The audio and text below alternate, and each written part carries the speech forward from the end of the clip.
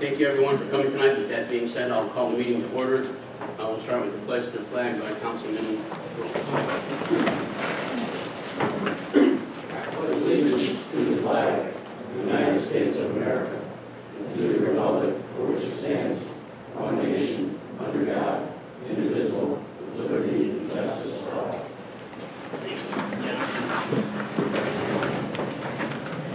There's a sign-up sheet back on the table there. If anyone would like to speak, please sign up. We will go down the list in the way that you've signed up to speak.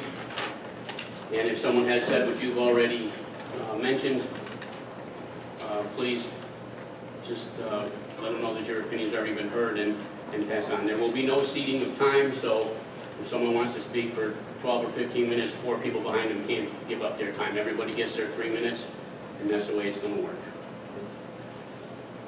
Just going to wait for these folks to sign in, and then we'll be good to go. The way this is going to work is I'm going to take that sheet. We're going to start at the top and work our way down. At the end, if anybody that's here from the companies would like to speak, then they'll have their chance. This is not going to be an argument, debate, give and take.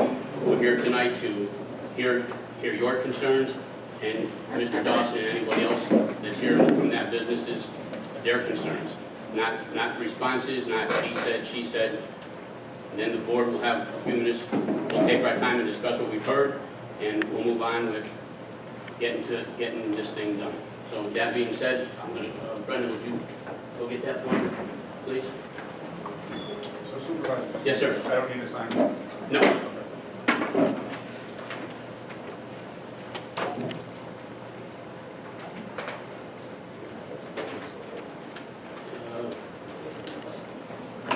We're at 35, but I think we're okay. I think if people are coming in, they would be here already. Shannon, you're up first. I'm going to wait. I'm not going to speak tonight. Okay. Mike Kane, 276 Meadowlark Drive. Yes, I'd like Polly to go first, please. Oh, okay.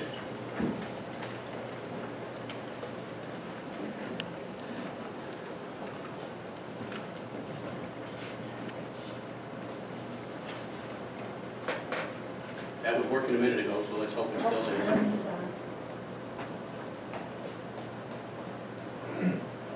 I'm here tonight to speak on behalf of Michael Landis, who was unable to be here. Good evening, members of the board. My name is Polly Lindells, and I reside at 223 Meadowlark Drive. We'd first like to thank you for agreeing to hold this special meeting and to hopefully address some of the long-standing issues of the residents in this area. Recently, the members of the board presented a very thorough, detailed report concerning issues related to planet waste recycling and the surrounding residential neighborhoods. For those in attendance who have not seen the report, copies are available from Mike Kane. This evening, instead of hearing many of the same emotional comments and complaints from unhappy residents, we would like to request that the Town of Milton Board go through each section of the report and open a discussion as to your thoughts and possible solutions. We've been doing everything humanly possible to be heard, and we feel at this point we need our elected officials to step up and offer to us some serious solutions and not excuses. Thank you for your time, the residents of Milton. Thank you. Mr. Kane.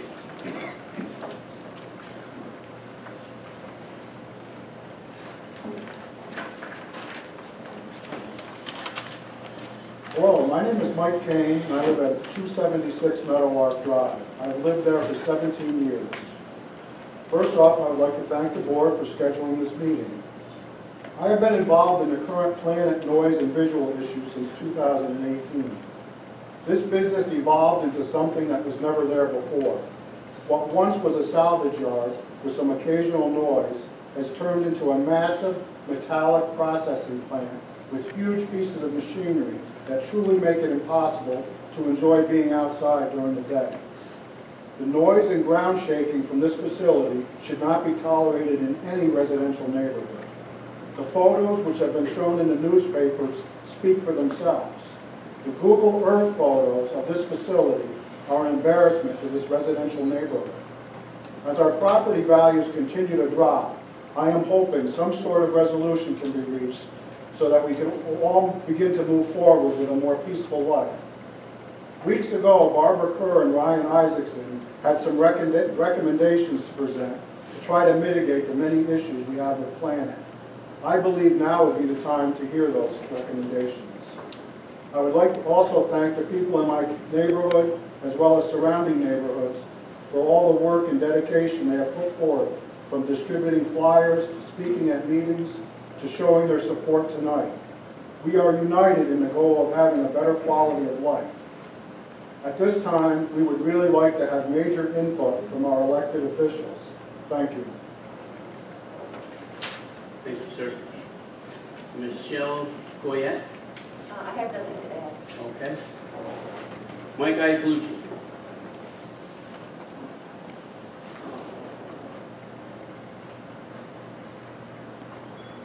Thank you, Mr. President. Mike Iacolucci, 9 Russell Street.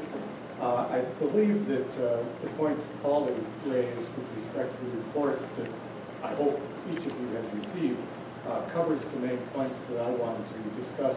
But I just want to emphasize 2 things quickly. First, I'm not an attorney, but it seems to me as a resident of the town that there should be a clear answer as to the question of the validity of the license or permit, whichever the appropriate term is, that's held currently by Planet Cell. So I would hope that we, the residents, can hear a clear explanation as to whether whatever permits, licensing Planet Cell which has, are they appropriate, were they properly granted, and are they currently effective? And secondly, just because of the type of work that goes on at Planet Salvage, I think residents rightly are concerned about the potential for ground and water pollution, and I think some sort of testing to see whether that has occurred is entirely appropriate. Thank you. Thank you, sir. Karen or Adam? We won't be speaking, we just wanted to support our neighbors who live on Meadowlark. We Okay. share those concerns, and we find them all very valid. Thank you. Rich Stevens?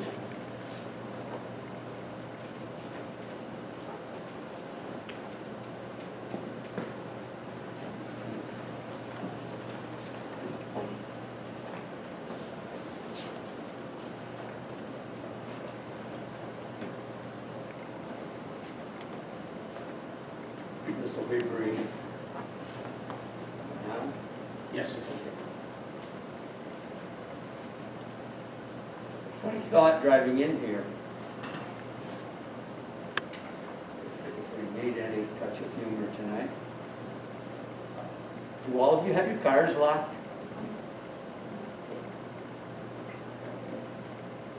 I hope so.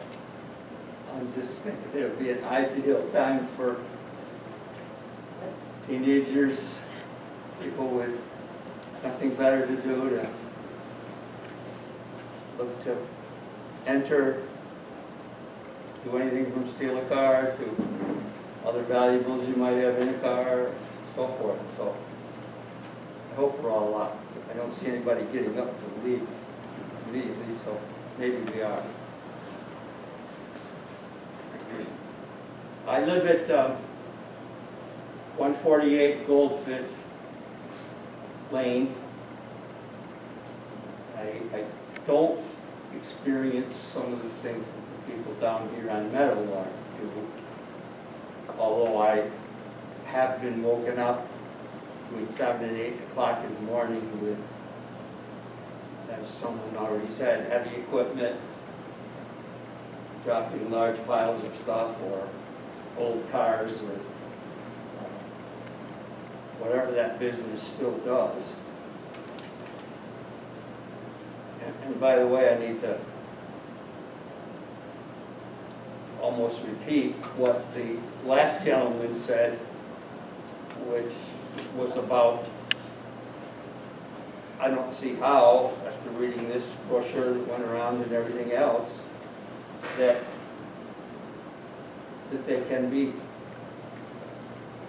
still allowed to run a business on that site. You have 1 minute, sir.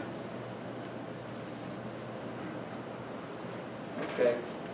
And my last concern was the property values. I don't have an exact tally, but I know a bunch of people on Meadowlark have sold their houses, probably didn't plan on it originally, but they just had to get away from the noise, smell, whatever else is coming from planning. And I would worry about, are they getting the full value for their property? And are more of us going to be forced to sell if it gets any worse?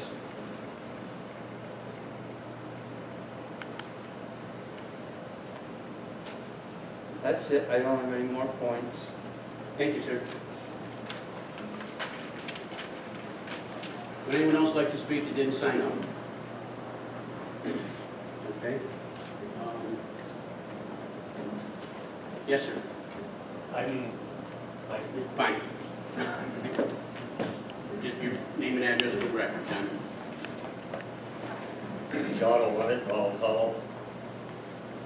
About 48 years ago, I built my house near the airport, and I was told at the time that it's a small county airport, light planes come in, not a lot of noise. I said, fine, no problem. You're going to have the occasional private jet coming in August. I said, no problem. Well, subsequently, they expanded the airport and the jets got larger. They got a little bit noisier in August, but it was still August. Well, now we have military helicopters coming in, and they're doing touch and goes from, let's say, 9 o'clock at night to about 11 o'clock at night. I didn't really sign up for that. That's far beyond the use of a private airport. So I can understand and empathize with these folks here, where they bought homes around a salvage yard, auto salvage yard, and they knew what it was. They sold used auto parts. And I myself have been there a number of times. I've gone into the yard. I could hear the birds singing, it was so quiet in there. I would go get the part that I need and I would leave. I know occasionally they crush cars in there. But apparently, it's the usage of the property is far beyond that at this point. It seems to me the issue that needs to be resolved more than anything else is, does Planet comply with the grandfather clause? Is it the same kind of operation that was there by the prior owner? And that, is, to me, is the heart of the matter. That is what needs to be resolved. And it is found that he's complying with the grandfather clause and that the operations are exactly the same as the prior owner, well, then so be it. But you can be talking about this until forever. But something has to be resolved, and that issue, one issue that needs to be resolved. Does Planet comply with the grandfather clause? Or are the operations over and above what the prior owner was doing? Thank you. Thank you, John.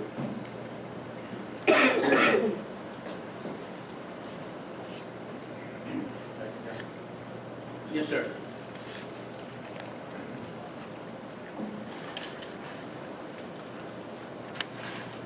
Shane McClellan, 264 Meadowlark. You brought me to speak, only to speak to, I agree, and I've lived at my property for 12 years, back right up to Planet Recycle before it was at Roy's Salvage Yard. And if it is to be operated under, I don't know what the it's operating under with the grandfather clause. I don't know anything about that, but I do know that it's a 100%, 200% completely different business than that was there when I first moved in 12 years ago. There were some cars back there, you'd see them come and go, sure. Was there noise from time to time? Yes, but now it has evolved into a fully functioning recycling plant that is operating within business hours, within code hours. Sure, they start up at 6 to back the trucks in, and you hear that going and all that. But it is a, make no mistake, if you don't know, if you haven't seen the difference, if you didn't know it before, it is a different place. If it is supposed to be operating as a auto salvage, it is not that, for sure. It's a fully functioning recycled commercial plant in the back. Stacks of metal, stacks of connexes, lots of noise, loud bangs, for sure. Now that was there, it's probably evolved within the last 5 years, I would say. So whether he's in compliance with that or not, I don't know. But that's just for someone that's there every single day, that is definitely what is happening. Thank you. Thank you.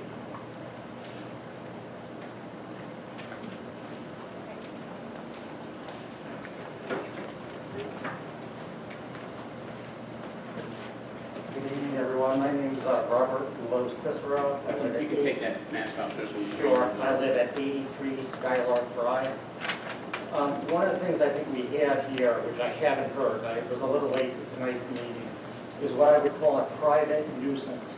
My house is vibrating due to activity that's occurring over at the plant. My windows are rattling to the point where I'm concerned that am I going to have to hire a private engineer to come in, start taking sound samples, other ground samples, shaking of the ground, to see whether damage is occurring to my home. Now, New York state law has a private nuisance statute. For sure, Planet is a nuisance. It's a private nuisance. It meets the state statute. So as you're considering whether this is within the grandfather clause of the right of use of that property, I think you have another bigger issue on your hands. That's a private nuisance. I didn't get a chance to look tonight to see whether or not there's a nuisance statute here in the town code.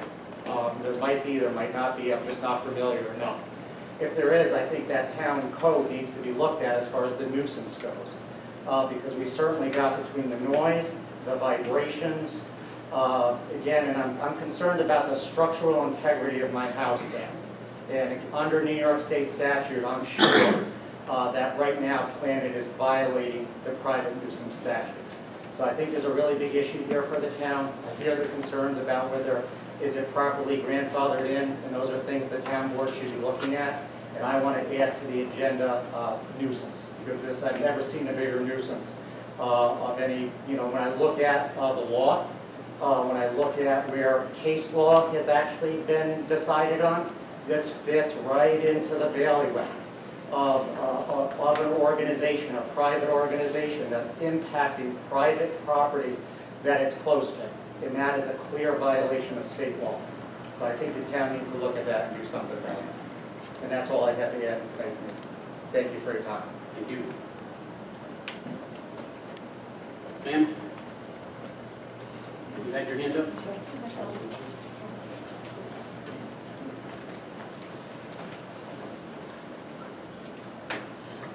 Michelle Goyette, 81 Skylark Drive. And I support everything that we've been, have portrayed and what's been in the documents that they sent. One of my concerns to those, I used to work for the state, and they had secrets. You had to do an environmental quality review for any time there was any change to businesses. And I think that would also support, all the things that we're bringing up, the vibration, the sound, the water. I also live on Skylark Drive, and I know I have been in my house too, where I thought, oh my God, what happened? And my house is vibrated. So I cannot imagine what's happening to the houses that are directly above to the Planet. Thank you. Thank you. Yes, sir.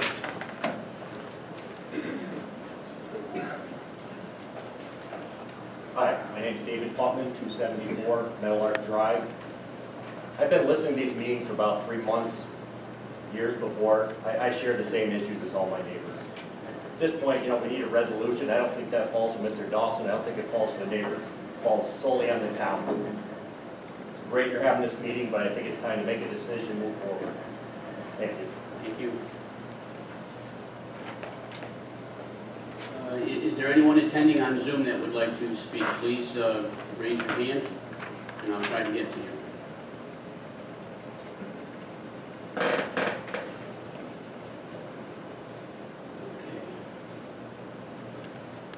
At this time, oh, yeah, we got a couple. Hang on just a second here, folks. Mr. McMahon.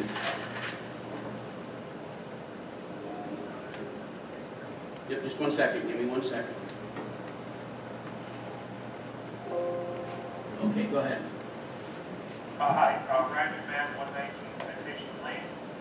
We've lived here just over a year. We bought the house in the winter, so we're actually going on there.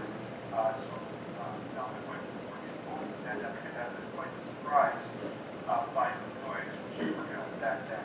I do think and in the house, I do think that the idea that it is a private nuisance is worth investigating as well as the seeker or anyway. Definitely some changes that is that category. So just wanted to voice my support and thank you guys for your time tonight and stay for these meetings. Thank you.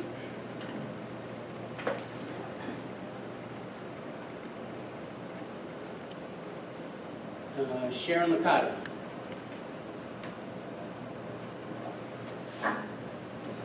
Hi, Betty, can you hear me? Yep, you sound a little hoarse there, Sharon.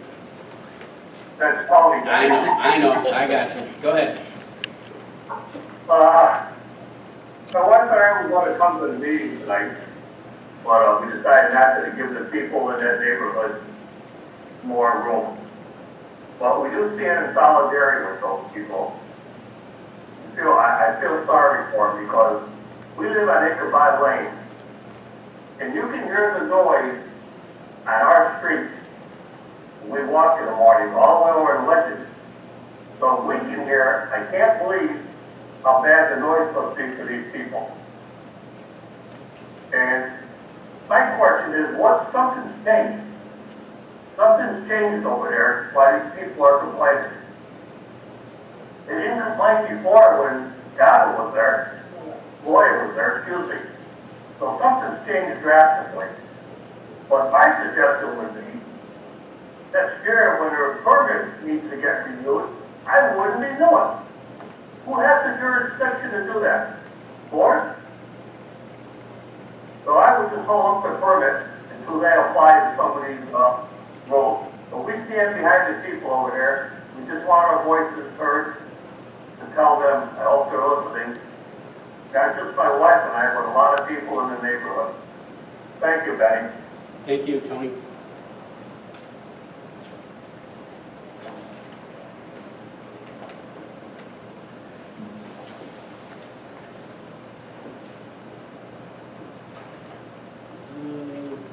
Mr. Lewis. Thank you, Supervisor Slotnick. I have read the report that the neighbors put together. We need your address, Keith. 38 High Street, Boston Spa, New York. I read the report that the neighbors put together. I also was familiar with the issue some time ago. And one thing that I feel very strongly about is that the town of Milton has such a wonderful noise ordinance in the zoning that it defines specifically what level, decibel level, business can operate within residential and commercial zones. And it would seem that you can certainly look at all of the different nuances of licensing, etc. But the main complaint is sound. There's a sound problem. And you have in your code, unlike Boston or Boston Spa, a noise specification that could be independently evaluated from an outside firm with the usage identical to the way that Planet is currently using their equipment and determine if it in fact exceeds. The decibel is defined. It's the town of Milton's responsibility to uphold and enforce, and the question can be directly and concretely and simply answered. And I would strongly suggest that that may be the first action that this board take at the soonest opportunity that it could. Thank you. Thank you.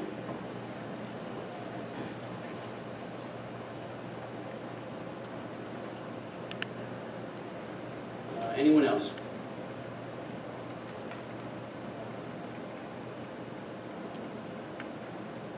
Is kind of a redundant question. Is there anyone here from the three facilities that we're questioning tonight besides Mr. Dawson? Mr. Dawson, if you'd like to speak for a couple of minutes. I have a lot to cover. Is it three?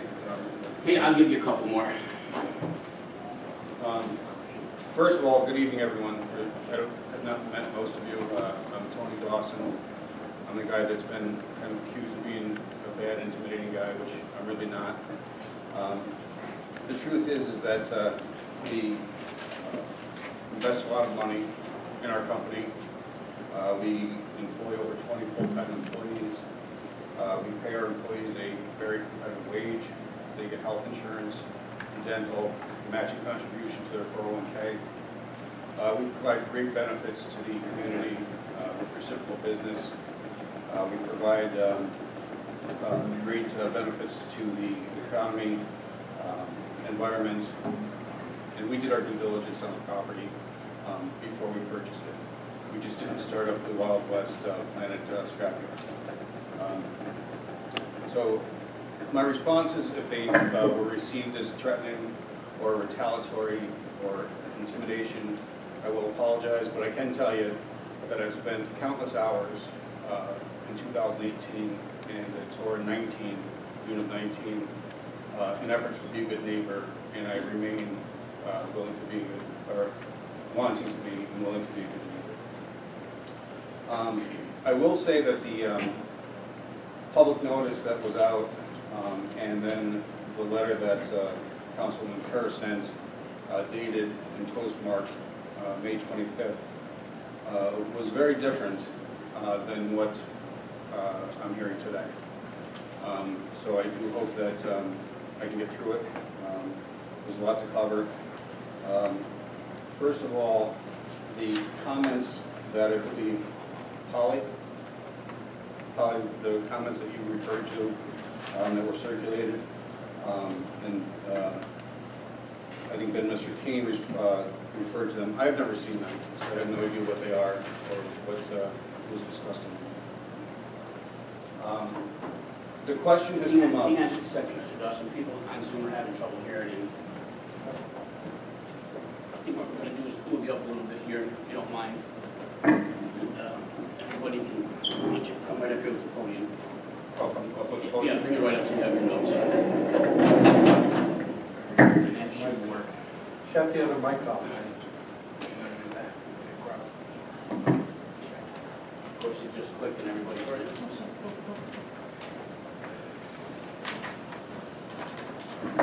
Is this what I'm using now? Yes, sir. Okay. So as I left off at, the agenda in the letter, the content, was very different than what was discussed tonight. This handout that was solicited by a neighborhood group was pretty much the basis of tonight's conversation. I believe the question came up, are we properly licensed? Is anybody here familiar with Chapter 103? I'm going to take that as a no, so I'm just going to touch on some highlights.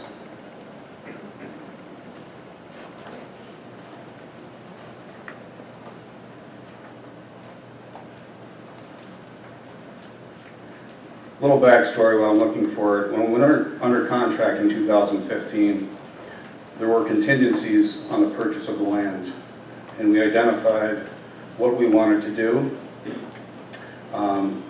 and there was some environmental clauses in there which the seller needed to perform on. As a result of that, and to satisfy the condition of us buying it, on February 4th, 2015, we received a letter, and it reads, the above referenced property, which is 274 Greenfield Ave, is located in the R1 district. For zoning purposes, the existing business of automotive salvage junk dealer is a legal pre-existing non-conforming use. Currently, it's in full compliance with the town law, Chapter 103, junk and junkyard dealers. An annual inspection is required by this department prior to any licensing or renewal for such business. So that satisfied our concern about usage. Now, there's been comments, not only tonight, many times, and trust me, in the town chapter, there is not a chapter that refers to Ed Loya, because it's always Ed Loya's junkyard. There were a lot of people that spoke tonight, and I don't know if you know it or not, but Ed Loya started at this location in 1958, which predates any zoning law. And I'm just going to highlight a couple things to kind of answer or maybe respond to some of the issues that were brought up. 103-1 legislative intent, letter A, specifically says auto graveyards, junkyards, second-hand parts collection areas, and the processing of used metals. And I want to repeat that, the processing of used metals. It also goes on to another point that was raised earlier, and this is 103-1B. It says it can constitute a hazard to property, persons, and a public nuisance. Materials may be highly inflammable and sometimes explosive. The presence of such junkyards, even in areas zoned for business or industrial, is unsightly and tends to detract from the value of surrounding property unless properly maintained and operated. So there's some other points, but my point is that we are properly licensed. When we purchased the facility in 2015, we received our initial license. Each year, we have to get an inspection. Each year being 16, 17, 18, 19, 20, we had our inspection, we passed, and we renewed our license. So trust me when I tell you, I'm not an attorney, but yes, I assure you, we are operating in full compliance with Chapter 103. Again, it's not Ed Loya's junkyard law, it's Chapter 103. We are a full-service dismantler. We buy cars, we dismantle them. We also process ferrous, non-ferrous metal, which, again, processing of used metals for resale. So that's kind of my response to the Chapter 103. And yes, I get it, and I can sympathize with some of the people tonight that are affected by the junkyard. It's not for everybody to live next to. However, back in '58, where these developments were apple orchards. The developer went before the planning board seeking approval to develop these lands. They were granted the approval, however, these approvals were conditioned. They were conditioned on both deed restrictions and local laws, whereby the property owners were given official notice that there was a junkyard operating on their southern property line, and there was an airport within 2 miles with expansion plans on file. They also had to install and maintain a fence, and they also had to install and maintain a 75-foot no-cut zone buffer. It's been made pretty clear that the 75-foot no-cut zone buffers have either been completely removed or reduced to have a bigger backyard. I know there's been question at some of the people that have spoke. I do have copies of your deeds and the page numbers. And what has happened is in the original deeds for these properties, the deed restrictions were in fact identified on them. And then in some cases, the subsequent deeds referred to book and page numbers.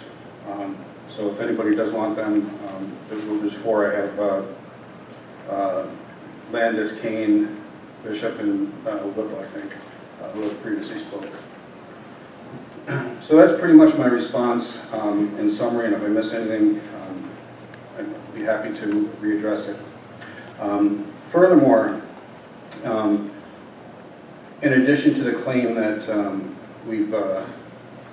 we're a different pre-existing prior non-conforming use, I think that Chapter 103 clearly supports my position on that. And furthermore, there was a decision that Judge Ferragino rendered back in, I think it was 2005. And basically, an increase in volume in business does not disqualify you as a pre-existing prior non-conforming use. It's not related to volume. Now I'm going to move on to the issues that were brought up about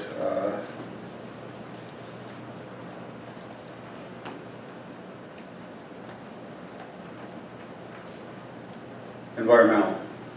As I said, in 15, we had conditions whereby we had to get confirmation from the town of Milton, which we did receive, that it was, our intended use was permitted. And then we also had to get some environmental clearances, which we did prior to closing. And we have been turned in multiple times to the DEC by our surrounding neighbors, and they have responded, and there has been no issue. I assure you, in our industry, we follow the best management practices that are available to us. Our facility is very neat, very clean, very well organized. Moving on to secret. It was mentioned that that should have been required. This issue was brought up by Stephanie Ferragino back in 2018. And at that time, it was determined that the town of Milton officials are empowered to make that decision. And they did. They determined that Planet Waste was in fact a prior non-conforming use, and secret was not required, and they issued a junkyard license. There was also a claim that the scope has changed. Again, that is not true. I mean, again, Ed Loya is not a law. We are operating under Chapter 103. And then there was another, I thought that there was another comment that someone made that was in fact covered. But, you know, back in 2015 when we purchased this property, if somebody felt that the town of Milton took an improper action, they did have a right under CPLR 217 Article 78, but they had a 4-month statute of limitations. We're going on 7 years. So, you know, we've been there for a long time. This is nothing new. It's been since 1958. I wasn't here in 1958, so I can argue. I'm sure that there's been a variety of different business models that have operated there with Ed Loya and without. And I will tell you that to support my position, Ed Loya also operated a company out of there called Triple E Scrap Metal Recycling. So that was in fact the case.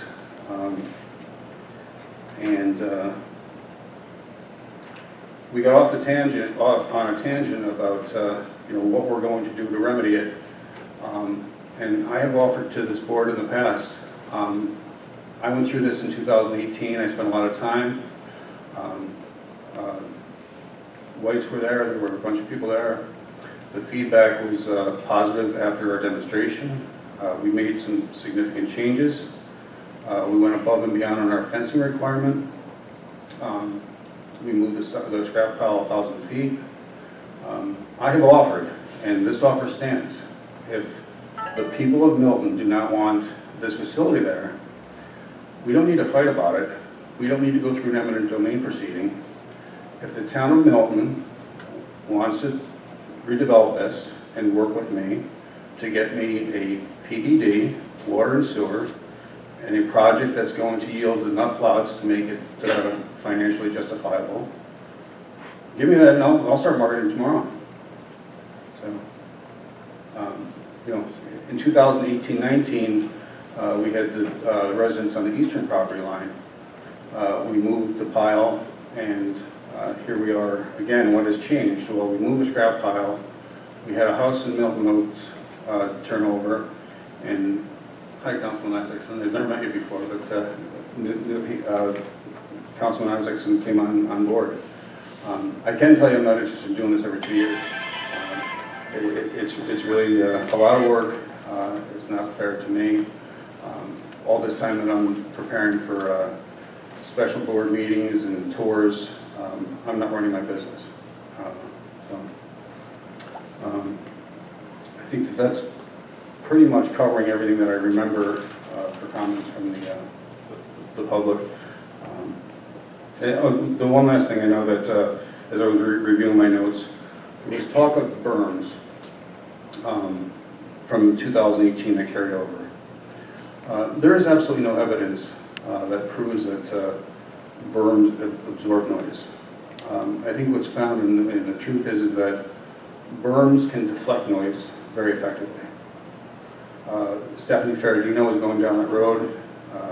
If everybody remembers, Stephanie would not disclose who she was representing at the time.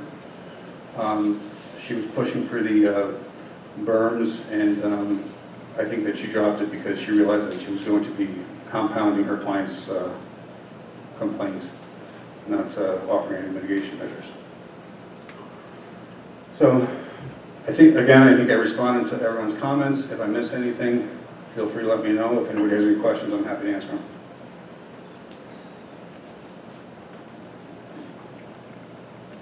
Thank you, sir. Thank you.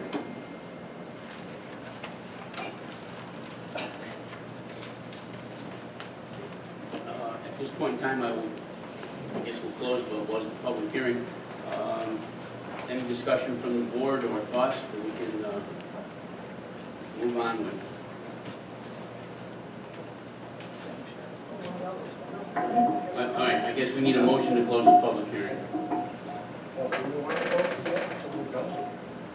It's really a public hearing, it's just a meeting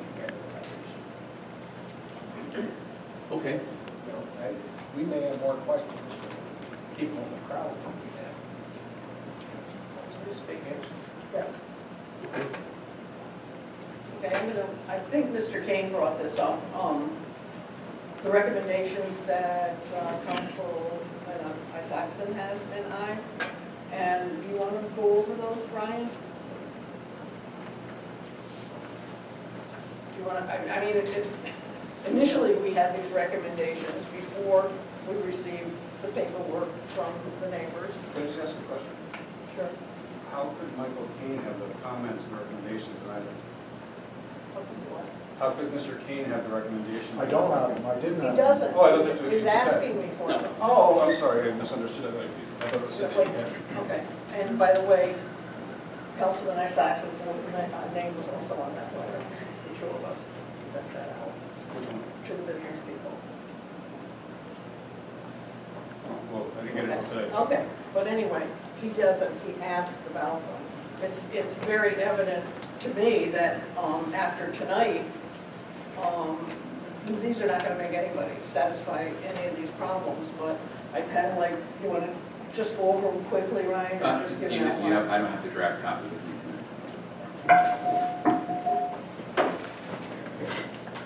Thank you. Jim, are we allowed to? Sure, you guys we talk about your We recommendations. talked about them, so just outline them. Okay.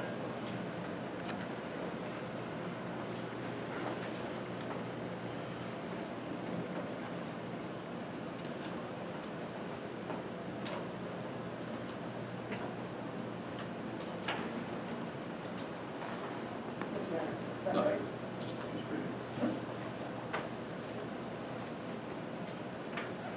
Just the highlighted portions. Well, whatever you feel is going to give them enough information. So under section 103-6C, in order to better protect the public from excessive noise, visual effects, and vibrations, and better protect children and others from inherent dangers, Under 1, we were talking about roadside and sides of premises fencing, maintained at all times, 6 feet stockade or similar type fencing.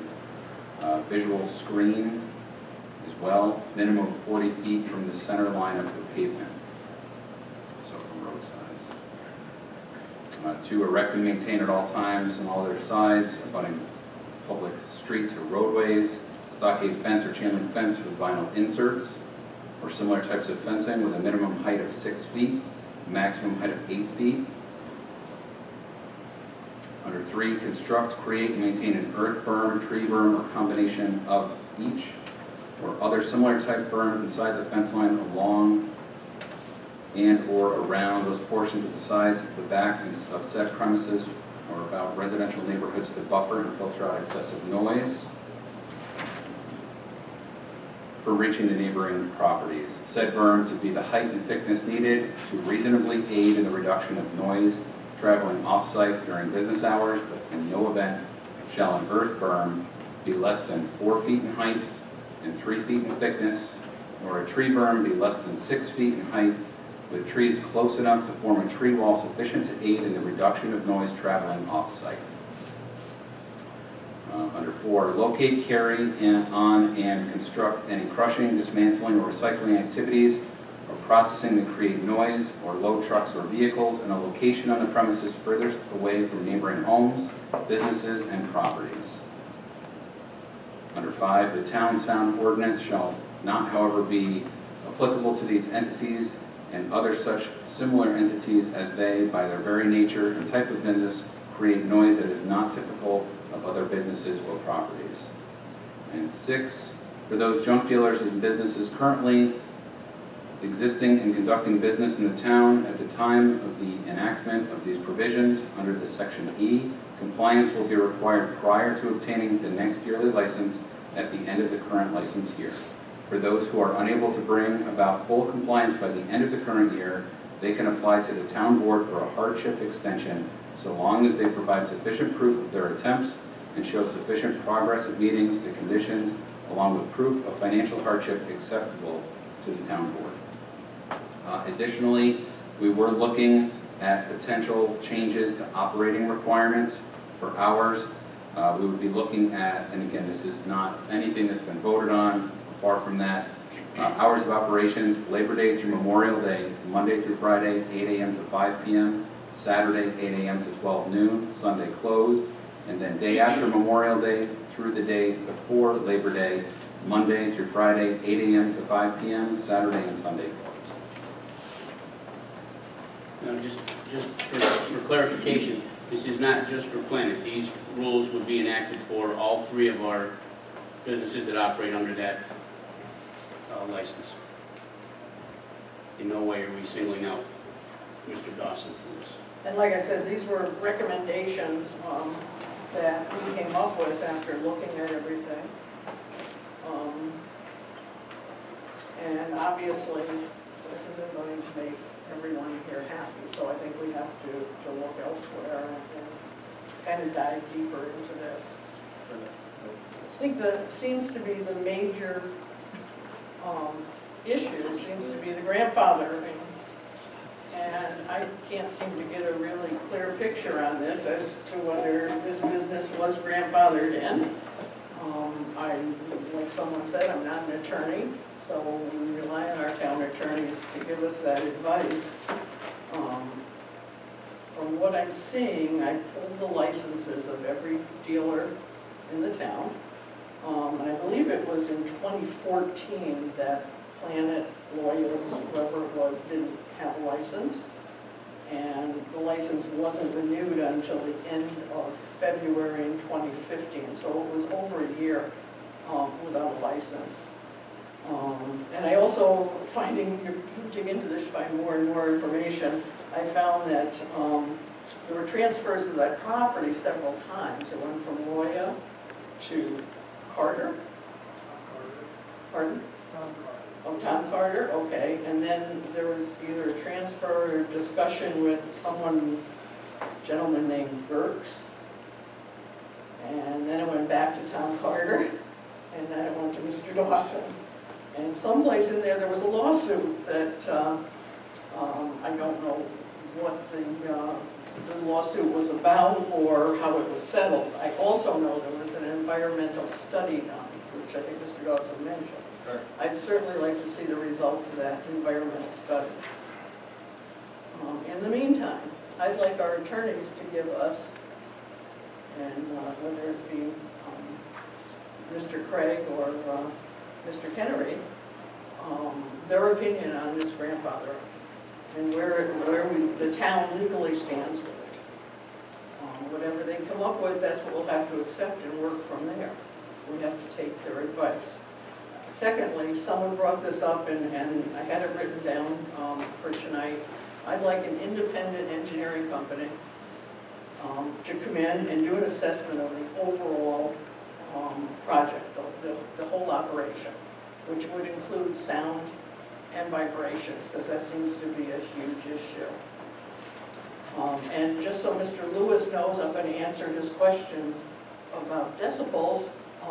2018 and 19, when this this was discussed, the residents brought in an independent engineer, and he was getting decibel readings of over 100. So that has been done, but code enforcement didn't go out and address those issues. So working on it, people, you know, that's where I want to go. I want an opinion from our attorneys. I want independent engineer to look at this whole overall operation. I want some of those background reports. Councilman Kerr, are you talking about my operation, or are you talking about the three that are operating? We can do all three. And who's paying for that? Pardon me? Who's going to pay for that? The town will pay for it. That's what people pay taxes for. So you're going to do 3 independent studies? We're going to have to. We need that information. Will we be able to see the results of the environmental testing that was previously done? Do you have access to them? Do residents have access to the environmental testing that was previously done? Right. That was done for Mr. Dawson, wasn't done for us. It was done on the, I don't know who it was done for. It went through 3 different, was it when you purchased it? It was prior to me purchasing it, and then there was a letter. So who did, Then there was a letter of no further action issued from the New York State DEC. who actually did it? Do you know, or? What engineering firm I can tell you? There's not, Was it done town- for Mr. Carter? Pardon? Was it done for Mr. Carter for the purchase? I don't know. Everyone should be done. The town did not authorize that study, so we wouldn't have that paperwork. Do we think it's valid to have one done now with all of the concerns that we have? Is there a request for us to Yeah, just, hold on just a second, ma'am. Yeah, people are having trouble hearing here. We're gonna need your name and your address. You're asking a question. We need to put that in for the record. We could have an environmental study done along with the engineering report. But, I mean, I'm playing devil's advocate. You currently have a licensing procedure set forth that we and the other 3 scrapyards have followed year after year. What is the basis of the changes of this? Earlier it was suggested that the town of Milton did not renew our license. If the town of Milton, and I believe that they tried to do that, and again, I'm not an attorney, but I've certainly talked to many of them. If you have a law on the books, and if you have a pre-inspection procedure that you send somebody out, and if we're compliant, we get issued a license. If we're not compliant based on the current law, we get a notification, we have a chance to remedy it. It's my feeling that if the town of Milton withholds my license, in effect, they're giving up the right to regulate this industry. I didn't say we were gonna pull your license. I want to know. No, somebody did earlier. I'm not referring to you. I need the information before we can make a decision on this. And I think the grandfathering thing is huge. I mean, looking this up, and as far as I can tell, like I said, 2014, there was no license on that property. It went for well over a year, okay? The Ray's Auto also lapsed in 2010, 2014, and 2015. So those are things we have to look at too. We're not just looking at you. Hypothetically, if 274 Greenfield Avenue did in fact lapse, I didn't purchase it until 2015. we were given a letter from a town official saying that it was in fact a pre-existing fire non-conforming use. So And you after have operating to for name 6 or the 7 town- years, Who was the town official? Wayne Howell, that's Okay. the letter that he has for some Okay, time. that's the letter I have in front of me. So if there was a lapse, it would have been, in my opinion, up to the town official that would have said, sorry, it's expired, you're gonna have to start over again. You can't take me 6 or 7 years down the road and then say, oh, there was a year lapse in 2014. We understand you didn't buy it till 15, but we're gonna pull your license because there was a lapse. I didn't say I was going to pull anybody's license. I want to look into the matter, see what our attorneys come up with, see what the engineering firm comes up with, and then have more information to make a decision. And could go in the neighbor's way, it could go your way. I don't know. We have to take the advice of the people who know more than we do. And like Mike said, I'm not an attorney either, and I'm not an environmental engineer or a sound for sound or vibration. And I think we really need that study. Well, then I think what we can do next Wednesday night at our meeting is put out an RFP for a sound evaluation and an environmental evaluation on all three. I'm not sure we need an RFP because it's professional services. Well, an announcement then, we can we'll do research on firms and we'll do it that way, whether it's an RFP or not. Okay. Supervisor, like at some point, I made some notes on what Councilman Isaacson went over, and I hate to say it. Is now a good time? Sure, come on up.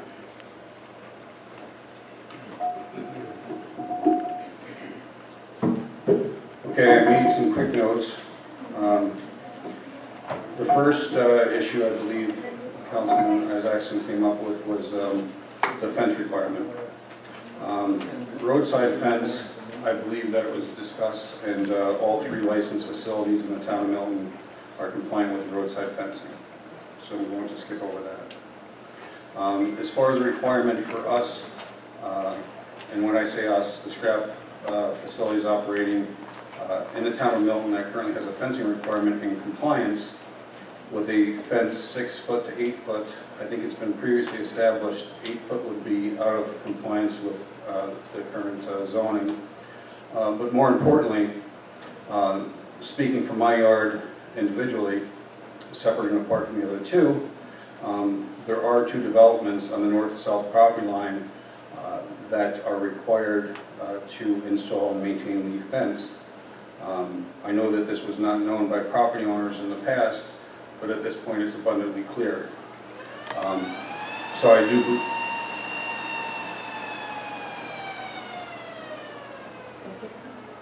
So I feel that that would not apply to us because I think that it's a big ask for the town to require a double fence.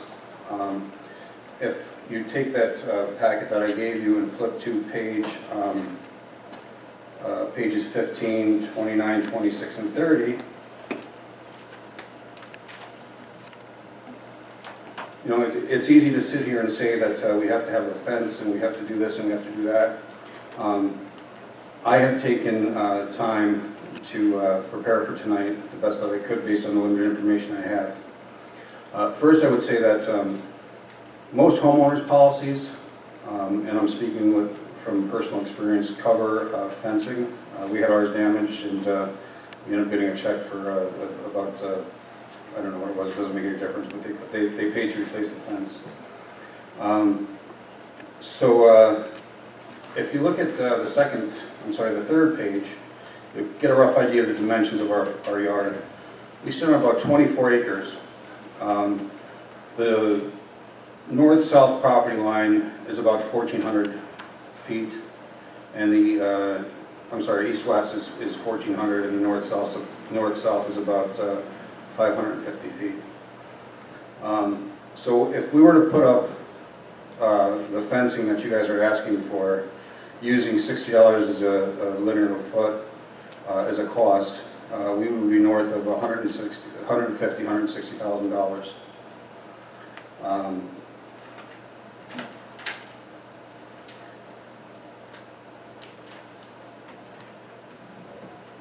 Page 29 is the next, page 26 is the next one that's discussing fencing.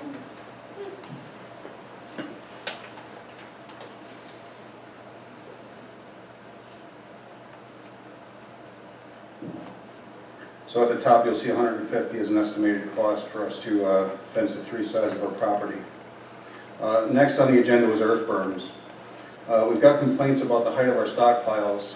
If we were to use a 3-to-1 ratio on earth berms, we would give up at least 2 to 4 acres of our land that we pay taxes on. The property owners on our northern property line in Milton Oaks that have had a requirement for a 75-foot no-cut zone buffer and maintaining the fence, I understand and I can sympathize with the fact that they've removed a bunch of it, but essentially they have 75 feet of what should be unusable area because it was supposed to be no-cut zone buffer. So what I would propose is if the town wanted to offer them in lieu of a no-cut zone buffer to establish a earth berm on their property, I would be happy to grant them access from my property so they did not tear up their lawn to get equipment in the back. Earth berms. I've gone to Carver and SM Gallivan. The material cost alone would be $240,000. The labor and the equipment to get a dozer and a loader on site to go around the perimeter is unknown at this time, but we can easily budget $300 per hour per machine. So if we were forced to do this, we would probably be somewhere between $500,000 and $750,000, which is clearly not sustainable for a small company. And if there is a current law in the books, you know, as I had said before, for the adjacent property owners whereby they have to maintain their fence, and for this board to not enforce that is a bit of a double standard and kind of creating a public health issue.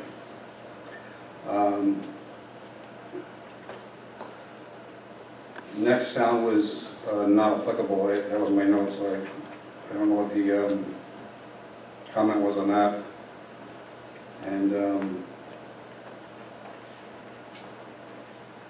the existing compliance with any changes that you guys are, you know, going to make to the licensing law, and have us have to come up with $500,000 to $750,000. I don't think is reasonable.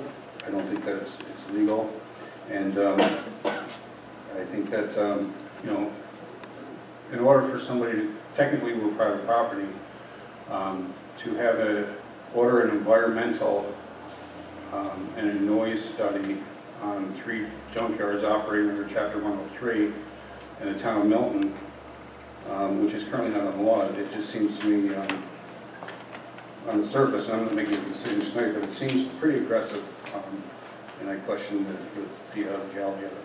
The sound study is aggressive? An environmental and sound study. That's aggressive. Can I walk on your property and do it? Okay, let's not get back and forth. Sound study, you don't have to walk on your property. Mr. White, Sound study. we're trying How many to... minutes are you cut everybody else Yeah, off? you cut everybody else off, and this guy can go on and on. Yeah. Do you people want to talk All more? set. I thought we weren't having back and forth. I don't think he has the right to debate Does anybody everything. else would like to talk? Sure. I think. Okay, come on up, state your name again. My name again is Shane. I think that the point here tonight is that there's an issue, something's changed. I don't know loopholes and things around verbiage and contracts and codes and all that. And codes and everything, I don't know that stuff. I do know that it's changed. I do know that mocking the neighbors and throwing things in their faces, and no one cares what it would cost you for a fence up there. Things have changed. I get your falling in compliance with what you've arranged for 7 years, the whole deal. The issue is, I think something's changed and it needs to be addressed. If this is what we're willing to allow our town to do, to continue to create this type of pollution that is coming from it in the residential area, and then trying to turn it back and saying it's our fault for not maintaining our fence. You made a comment about putting a berm up and you pay taxes on it. Well, you want me to maintain a 75-foot border of trees that I pay taxes on, but for some reason that's unusable to me because in 1958 something whatever, we got to keep up with the times, keep up with what's going on. It's a family-oriented town. I love this town, but we're a small percentage. I get it. I'm sure his taxes create a lot more money for the town, but I'd like to think that we can come up with something. Obviously, there's legalities involved and all that with contract, but I don't know those loopholes, I don't know that stuff, but just to sit there and say, oh, well, what he agreed to 7 years ago is right. Things change, we're ever evolving as a human race. Like if we can't evolve and understand that things are different and that it's come to something else, we need to compromise. If we're willing just to let this section decrease in value and that, and that's too bad. I don't know, that's all. Thank you. Yeah. I just have a quick comment. Tony, I don't know if you know this. because- Kim, people at home can't hear, so you're gonna have to come up to the microphone to speak. And then Kim White, that one. this one, Yep. Kim White, 121 Citation Way, Boston Spot. I don't know if you know this because you don't live here, but Michelle, you can speak to this. Back in the late 90s, we had a massive straight line wind storm come through here. I lived in Milton at the time, took out hundreds of trees. So that might be where some of the tree buffer has gone that you keep speaking about. I just don't know if you have any of the history there. I know, okay, so a lot of the people probably haven't taken down their trees. Probably Mother Nature took care of that for them. So just to give you a little history there. Okay. Thank you. Anyone else? Yes, ma'am.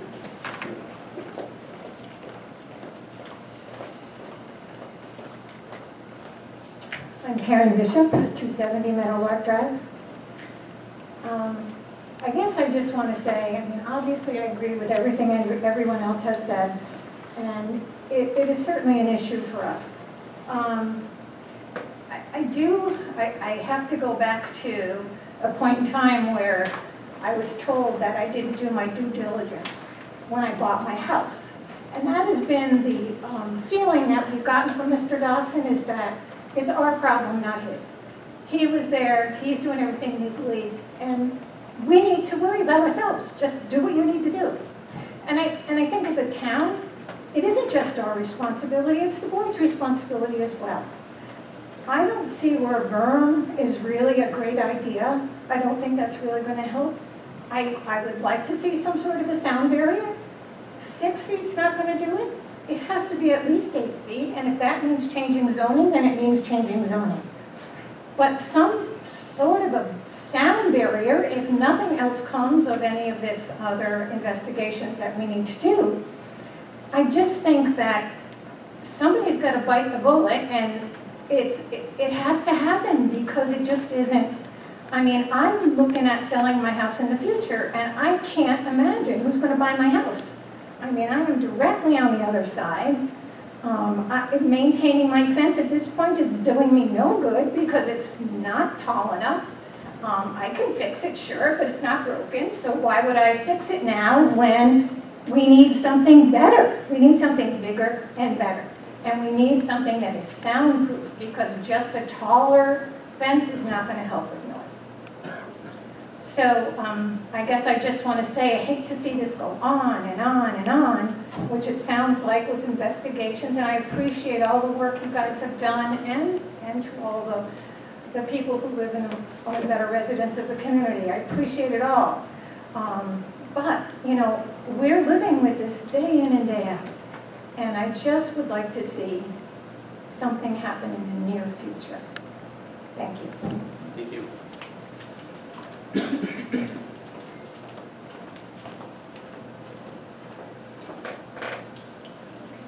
Sure, yeah. All right. I think when we look at, pardon me? Can I still say something? Sure. Come on up.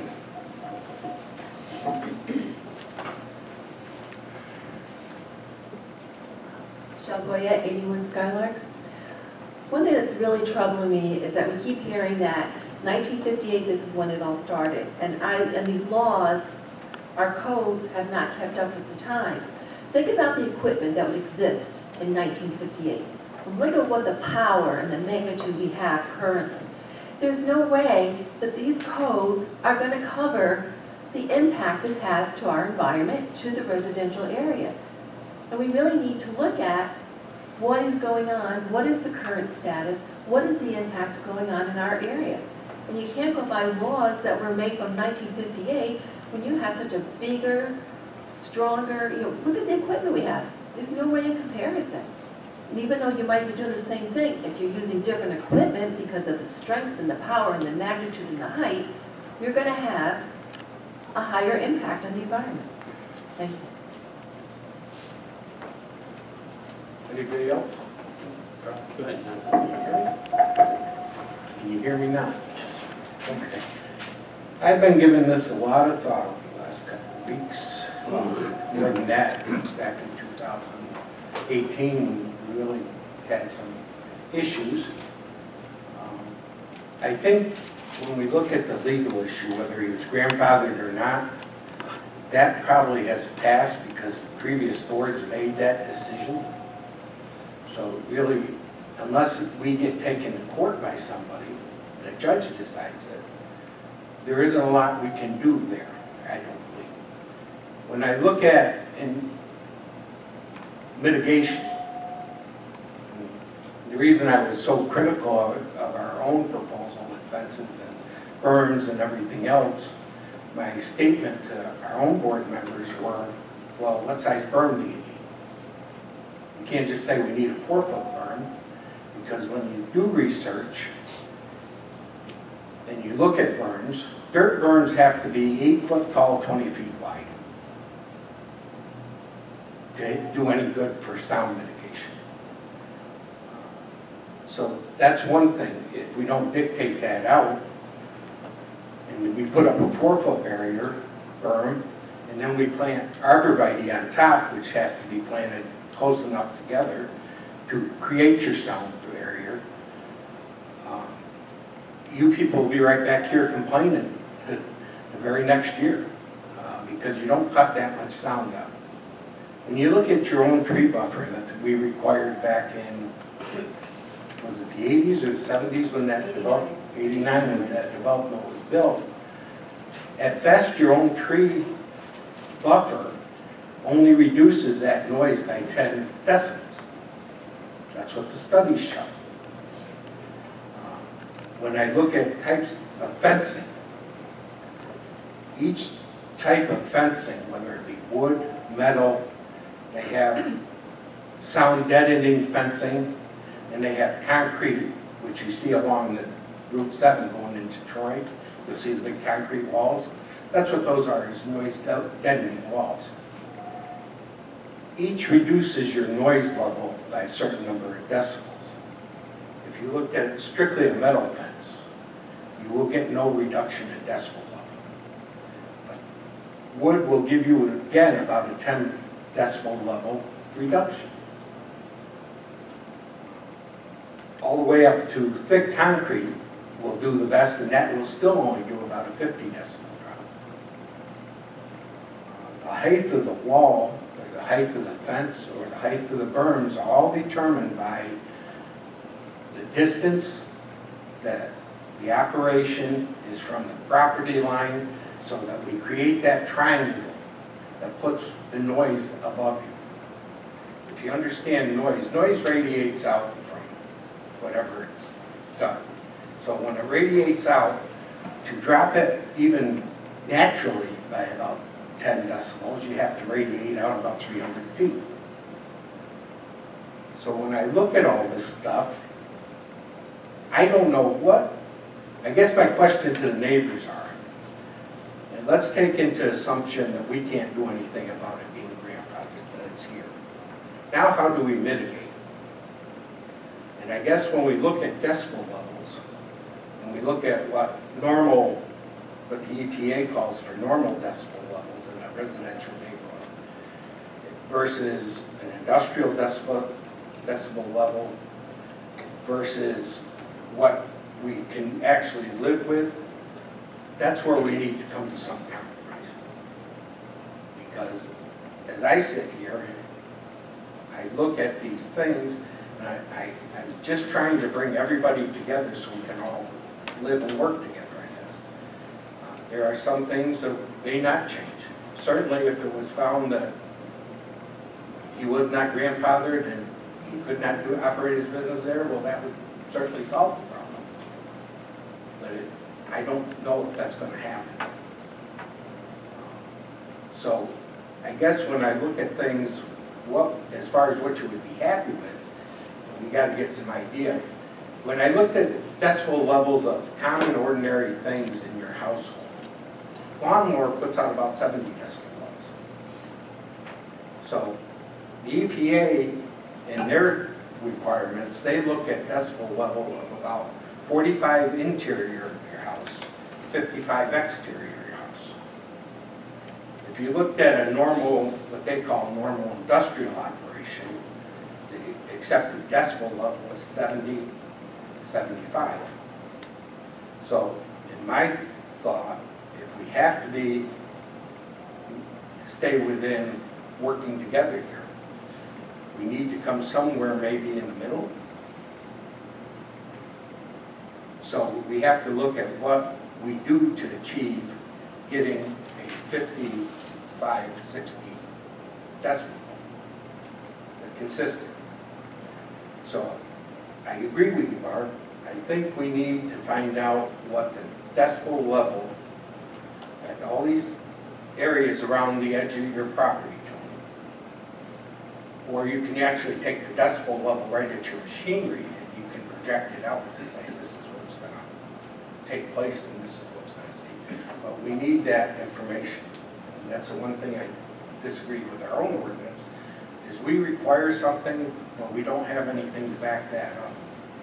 So I'd rather have the studies done than have us sit here and just show out, well, let's put up a 3-foot wall, let's do an 8-foot fence, when that may not be in fact what we truly need. Now, as far as, and I know everybody's talking about planning, there are 2 other operations in our town, where Tony's operation is actually the middle size as far as square footage or acres. There's one smaller and there's one larger. Now, fortunately, the one that's larger has residential property around it. No, not many houses, they only have 3. But if we went by our own ordinance where we require him to move his operation, processing operation to the furthest spot away from residentials, he would actually have to move his operation close to 3,000 feet. That becomes a huge expense. If he had to put a fence around his property, where Mr. Dawson has about 3,600 linear feet of fence to put in, he would have to put in over 7,000. Now here's an operation that's out essentially in the middle of nowhere. But that will in fact put that gentleman out of business. So we have to look at what we can do to compromise all this people. I'm not sure. The one funny thing is, and I'm kind of getting off on tangents here, when we talk about vibration, there is no really good way to measure vibration. I tried for the life of me to find out what a standard would be for vibration. And I did it because I lived by the stone quarry down here my whole life. And every, what do you say, John, twice a month maybe? You get a pretty good rumble. But how do you measure that? As far as foundation damage, even if you have an engineer come in and look at your foundations, which are mostly poured now, I doubt that the vibration he's putting out will damage your foundations. Again, the visual aspect of it, I think if we could work with Tony, or work with Adrian at Metro Metals, you know, to say, hey, can you make sure your piles are at such a height? I think that's important. When I did research on hours, limiting hours, there again you run into a huge legal problem. And the problem with all that is, when I looked at what other towns and cities require of these operations as far as legal hours, I found by Mr. Dawson running from 8 until noon, or 8 until on a Saturday. 7:30. Okay. Most other areas were actually less stringent. They had areas where we'd go from 7:30 till 4 on a Saturday. Do I think that you operating at 7:30 on a Saturday morning is a little early? Certainly I do. I think the loud noise at 7 o'clock on a Saturday morning would, at my age, probably wake me up. And I'd be annoyed. But there again, what would the compromise be? I think that's what I'm trying to get some feedback on. Would 9 o'clock on a Saturday morning be a fair compromise? You know, things like that, that we could sit down as a group, come together with some compromises here, and that we can solve this problem. I thought we had some of that done back in 2018, 19, when we did the tour. And we had some agreement. Some of the things were done, some of the things weren't done. I think that's really where we should be headed at this point, is to get the study done, find out exactly what's coming from the site as far as noise, and maybe they can measure vibration. I'm not an engineer, so I certainly can't tell you. Find out exactly what's coming out to your homes. As far as the EPA study being done, EPA, or Department of Environmental Conservation, is the regulatory authority over that. I know they have been on his property. They have inspected it. I can say when you look at new regulations for auto salvage yards versus the old days, they're a heck of a lot better now.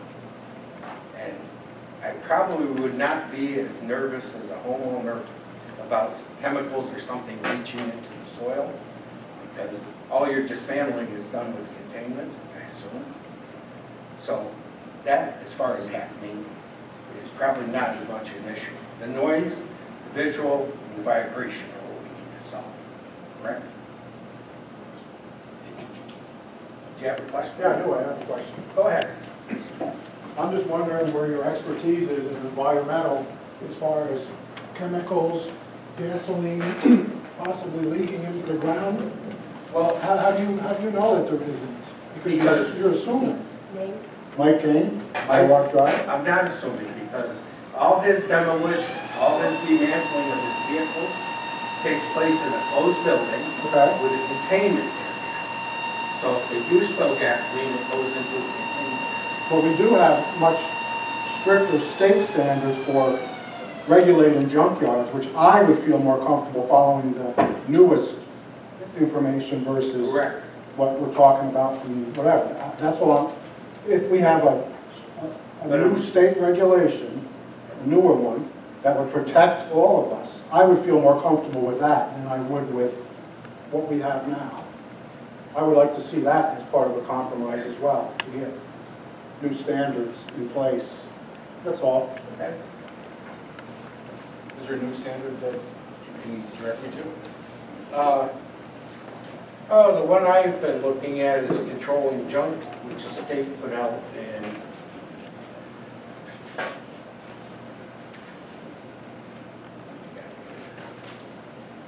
this report was done,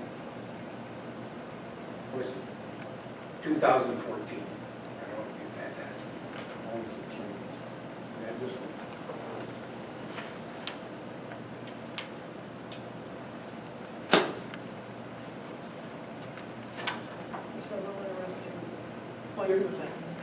There's good points in there. I think I have those part before. I know there you were and two. I. There were two though. There was another one. There was a general. Well, the original was done in. This was a revision,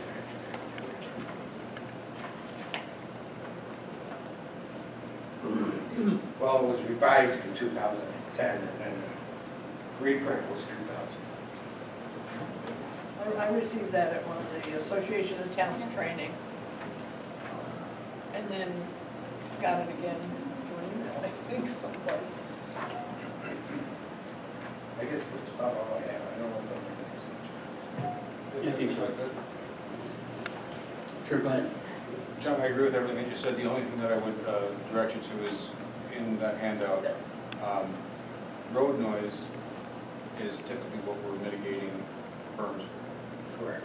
So you'll see in there's a spec on our trailer, 13.6 is the top rail, and when we did our demonstration in 19. So we're not mitigating road noise at a 24, 26 inch tire. We're going 13.6 over. And That's why I say we gotta. And then it goes up, you know, so adjust much. the height. The adjustment would have to be in the height. So we're not mitigating road noise. We're going Yeah. up with the crane and loading. Yes, ma'am.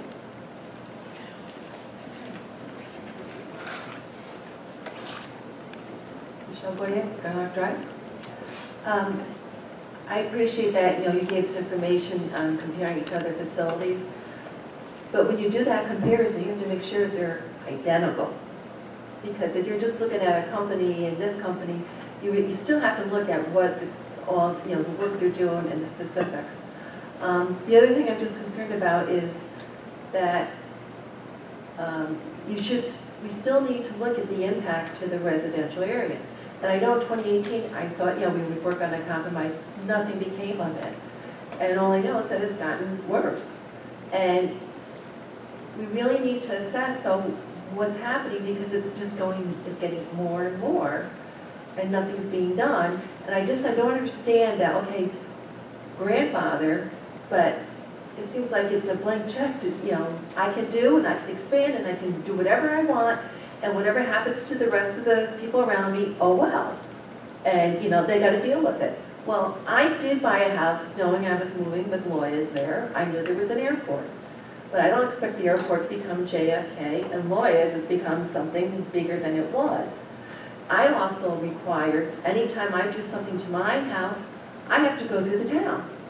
So why doesn't that apply? Or why do I get a blank check too, to say I can just do whatever I want because I bought the house and I had this owner, I'm an owner now.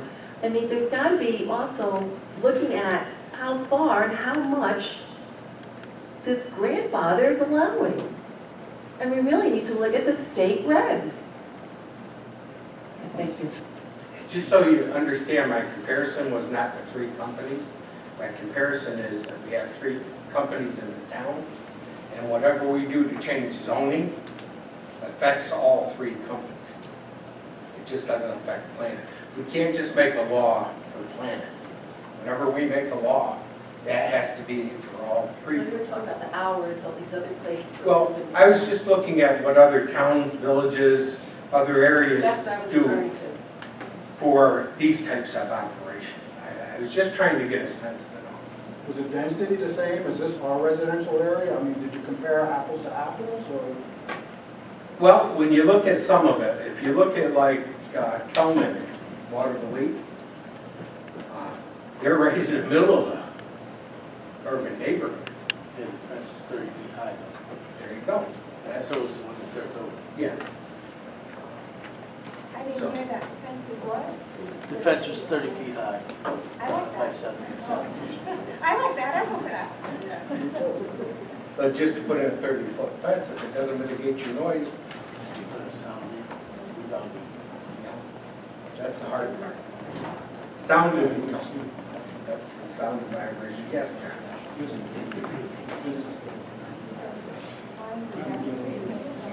John, you mentioned the other operations in town. The issue here is strictly Planet. And again, trying to reduce this to simplification because I like to keep things simple. Is Planet in conforming with the grandfather clause? You have a non-conforming use in a residential area. And the only way this is allowed, according to law and all the legal precedents, and I know the town attorney is well aware of this, and Stephanie Ferrandino gave you a report back in 2019 indicating a number of legal precedents regarding grandfather clause, and you're aware of that. The issue here is strictly Planet, not the other operations. And are they in conformance, legal conformance, with the grandfather clause? And Councilman Kerr, I think, is coming up with the right idea. We need to determine once and for all, is he illegally operating or is he not?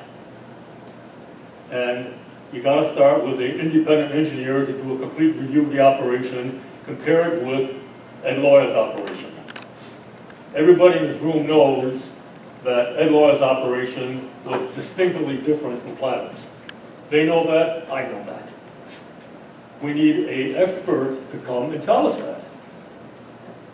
And then we can make a decision. Otherwise, this talk about burns and reducing noise and everything is totally irrelevant until we address the heart of the issue. So I think we should focus on getting that done.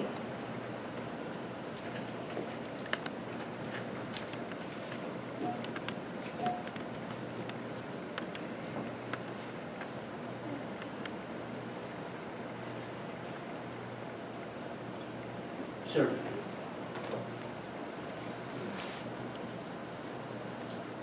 Tony Dawson again. I feel like we're kind of going back and forth and getting nowhere. I've thrown out multiple times. I think before we start doing environmental studies and sound, is there a desire by this board to redevelop 274 Greenfield Avenue? And if that is the case, Mr. Dawson, let me stop you there. The town does not do the real estate deals. If a developer wants to come in and offer you money, that's between you and the developer. The town is not going to get in the midst of a project to get rid of or to sell, for you to sell your piece of property so that something else can go in. The town doesn't do that business. okay, well, the city of Saratoga Springs did, so that's why well, we're not Saratoga Springs, sir. Well, I'm not looking to debate with you, I'm just throwing it out there because it did happen I'm successfully. throwing it out there too. We are not going to see Saratoga. Yeah, but you're not understanding that all he's looking for is approval of a PDD, not that the town's gonna buy it. But if he wants to come in with a PDD, we'll look at But it. unfortunately, how many acres total do we have? I think we're around 24. Yeah, they just changed the PDD laws to 50 acres, so I don't know that that was necessary. To be honest with you, Tony, I looked around this town to look at moving your operation, find an area that would work. And there again, I don't know if you'd be willing to move your operation. And what do I do with the land? Well, and I throw this out, and I don't want it to be thrown out in the public that John Froelich says this is where it should go. But if you look at our stone quarries down here, they have to reclaim the land after they get done taking out stone. They can only go so deep. And that would be actually a perfect spot for this type of operation because you're already in an industrial area. Big rock walls. Big walls. And that certainly would be a... That's not the town's But obligation. the town could be the spearhead to move that, to bring the two, we're just here to bring the parties together, Mark, and to get results out of bringing the parties together. I think, John, what I've taken from this tonight is that no matter what solution we come up with, next week, next month, 2 months down the road, someone is not going to be happy with whatever the board has decided on. And a long time ago, I learned that if everybody's unhappy, it's probably a pretty good deal. So we're going to wrap this up here in a few minutes. I would like to put on the agenda for next Wednesday's meeting that we look into getting at least a sound engineer to see where all three of these companies stand with our sound ordinance. And that's a good place to start, because it sounds like, sorry about that, it seems like sound is everyone's major issue that lives in the area. Now obviously when you get out to off of Route 29, I can't speak for the neighbors out there, but I think there'll be a whole lot less sound issues out there than there are here. And I think that would be a place to start. So Brenda, we're going to put that on Wednesday's agenda. Does anybody else have anything wrapping this up? You have a raised hand. I think. Yep, I do. Yep, I'm sorry. I turned my screen so people could see who was speaking, and my angle is bad. So I think that says Mr. Landis. Yes, go ahead.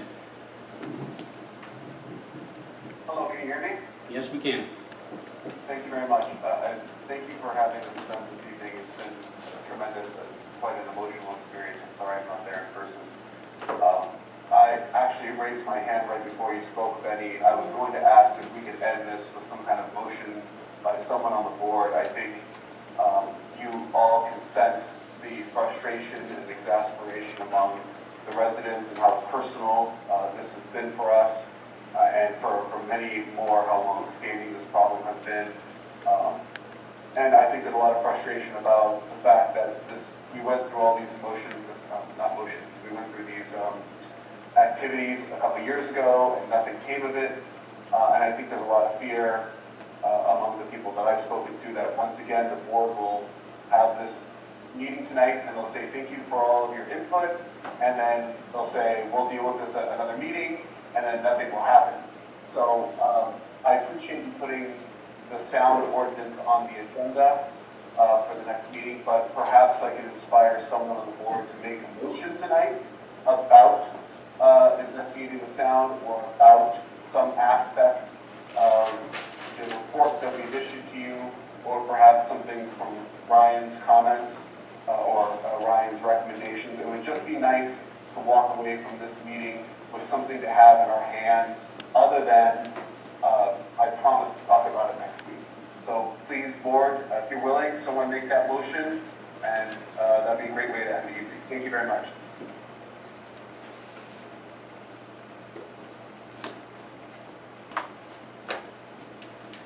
What exactly did you want the motion on? No, we aren't ready for it. I don't believe we are either. We have to set parameters and get some kind of figure, so that we make a motion to here.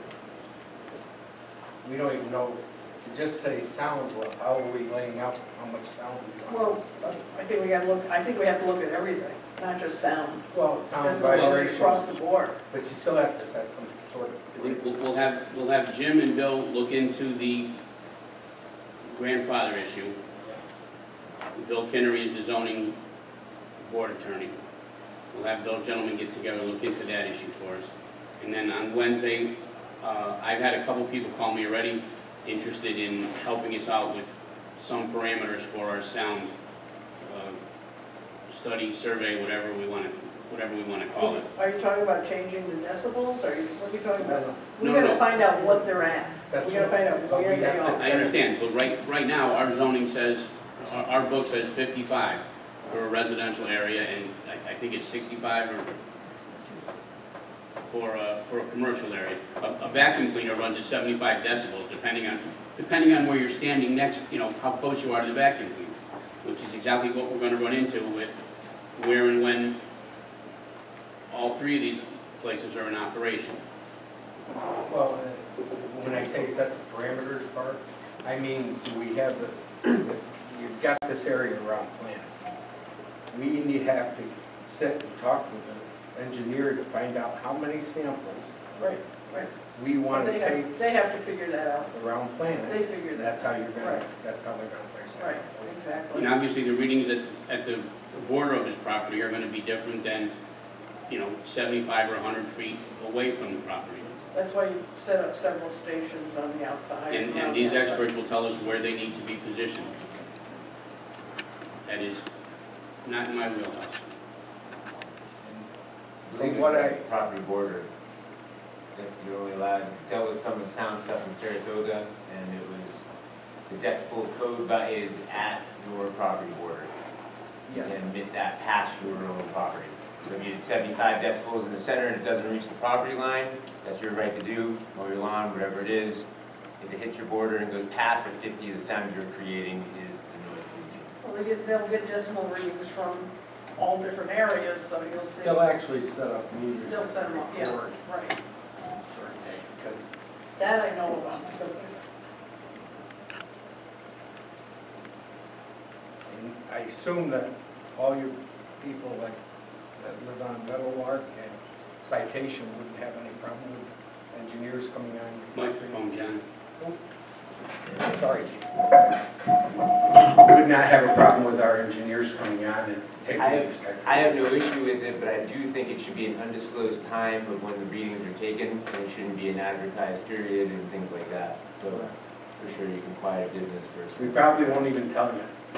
Perfect. Don't take a dip in the pool. It's either somebody stealing your bicycle, or our engineer's coming to take it. They'll be jumping the pool on the way by, it's fine. Okay, I want to thank everyone for coming tonight. We do and have taken these issues very seriously. And we will get to the bottom of this relatively soon. Motion to adjourn, please. So moved. Can I get a second? I'll second. Thank you, Frank. Brenda, can you pull the board? Councilman Blaisdell. Yes. Councilwoman Kerr. Yes. Councilman Froelich. Yes. Councilman Isaacson. Yes. Supervisors elected. Yes. Thank you, everyone, for coming. This ends our meeting. Good night, and your God bless. The recording has stopped.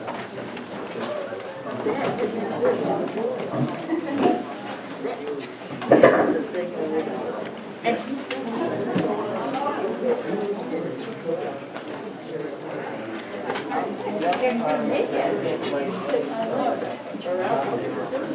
it.